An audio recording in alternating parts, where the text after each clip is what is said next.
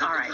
Now to our series, What Your Kids Don't Want You to Know. And this morning, we are taking on a danger you may not even realize exists. Your kids can be at risk playing those video games in your own home. TJ Holmes is back on the beat. Important information, TJ. Yeah, good morning, Robach. I don't want to scare parents here, but you need to hear these stories. Imagine, even in your own home, your child is in his room by himself playing a video game. You still have to be worried because they're not really in there alone. Because of online gaming now, the whole world is in that room with them. It's wildly popular, but parents beware. Predators may be using online gaming to target your child. I honestly didn't think anything like that would ever happen to anybody in my family. This woman, who we'll call Susan, says a stranger approached her son while he was playing Clash of Clans online with a group of friends. Can you remember well that day and what happened? Yeah, it glooms me, definitely.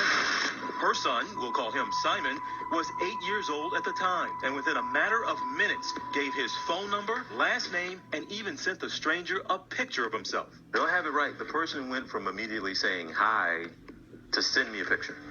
Yeah, basically.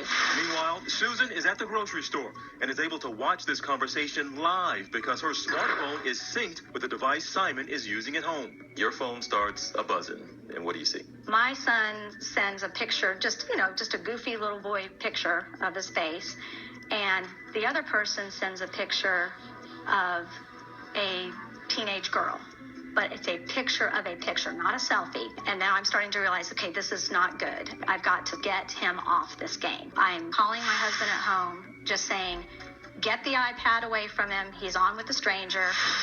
And they're not the only ones. It happened to 10-year-old Olivia, who was playing the popular game Minecraft. A person calling himself Ben told Olivia he was 12 years old. They texted for weeks. He sent me a photo. It did kind of look like he was 12. Olivia's mom was suspicious that something just wasn't right. She took her daughter's phone one night. I said, my mom's asleep. Send me a picture. He said, well, if I take a picture of every inch of my body, will you do the same? And I said, yes, but I'm running out of time. And he sent 3 within 30 seconds. According to the FBI's website, there are 750,000 predators online at any given time, and they all could have a virtual key to your house via the internet. But a lot of the online games now have a multiplayer feature where you're connected to people all across the globe, whether that's live chat over a microphone or chat on a keyboard. You can be connected to just about anybody. How has that changed your gaming experience, how you use the internet? It just makes me more careful when I'm playing games that can have other people join. I always make my code name like not a last name or anything that they could find out. Did you and Dad find yourselves being a little overprotective after this happened?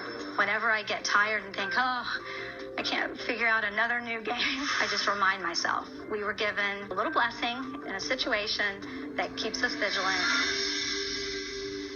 Now, Microsoft, which owns Minecraft, sent us over a statement. We'll put it up for you now. It says, helping keep kids safer online has always been a priority for us at Microsoft. We encourage parents to also play an active role in their children's online activities. And Robach, a lot of these games, people don't realize that it has a mode you can have invite only. Right. And if you turn that on, then the kids have to let someone into that chat. But sometimes But they let lots of people into those chat rooms. We have parenting expert Erica Suter, editor of Mom.com, joining us now as well. And I say that because I know this exact thing happened in my household with that exact game. 2 of my children were texting back and forth with a person posing as a woman who was supposed to be like preventing bullying on the site, and they established a relationship with her, gave her some information. We found out and went crazy. How can parents police this better? It really is a frightening reality for parents. The best thing you can do is tell them the potential dangers in an age-appropriate way. I think it's really interesting. We think nothing of telling them of stranger danger in the real world. Well, the same should go online. They need to know what is inappropriate for their friends to ask. They said, my kids said to me, well, Mom, it's a nice woman who's helping us prevent bullying. And I said, you have to think of that person because you don't know them as a scary monster. Right. Because they could be anybody, anything. Right. What rules should you put in place for your children? Very simple rules that Mom.me readers love to follow. They say they have really helped in their house. Number 1, keep personal information personal. Don't reveal your name, no photos, no phone numbers. Where you live. Your parents' information. Number 2, online friends should be real life friends. You never know. That person could say, I'm a 12-year-old in the town next door to you, but it could be a grown person trying to find out more about them. And lastly, don't go into chat rooms or spark up conversations with strangers. That's a huge no-no. Right. I mean, it's so hard because they're so easily influenced. And yet, TJ, I know, because if you want to keep your kids offline, it's impossible. They need to be online for school most of the time. And we talk about this all the time. Areas of the country where kids are at a disadvantage because they don't have connectivity. They don't have these devices that some other areas have. So they need to be online. But like this mother you saw in this piece, she went home and intentionally scared the mess out of her child to let him see that reality. And that's part of it.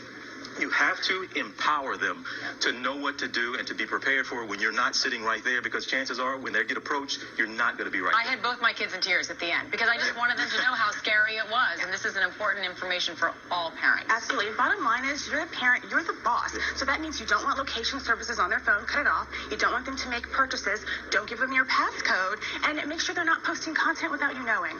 Incredible advice. Thank you both. We appreciate it. Let's go outside to Rob.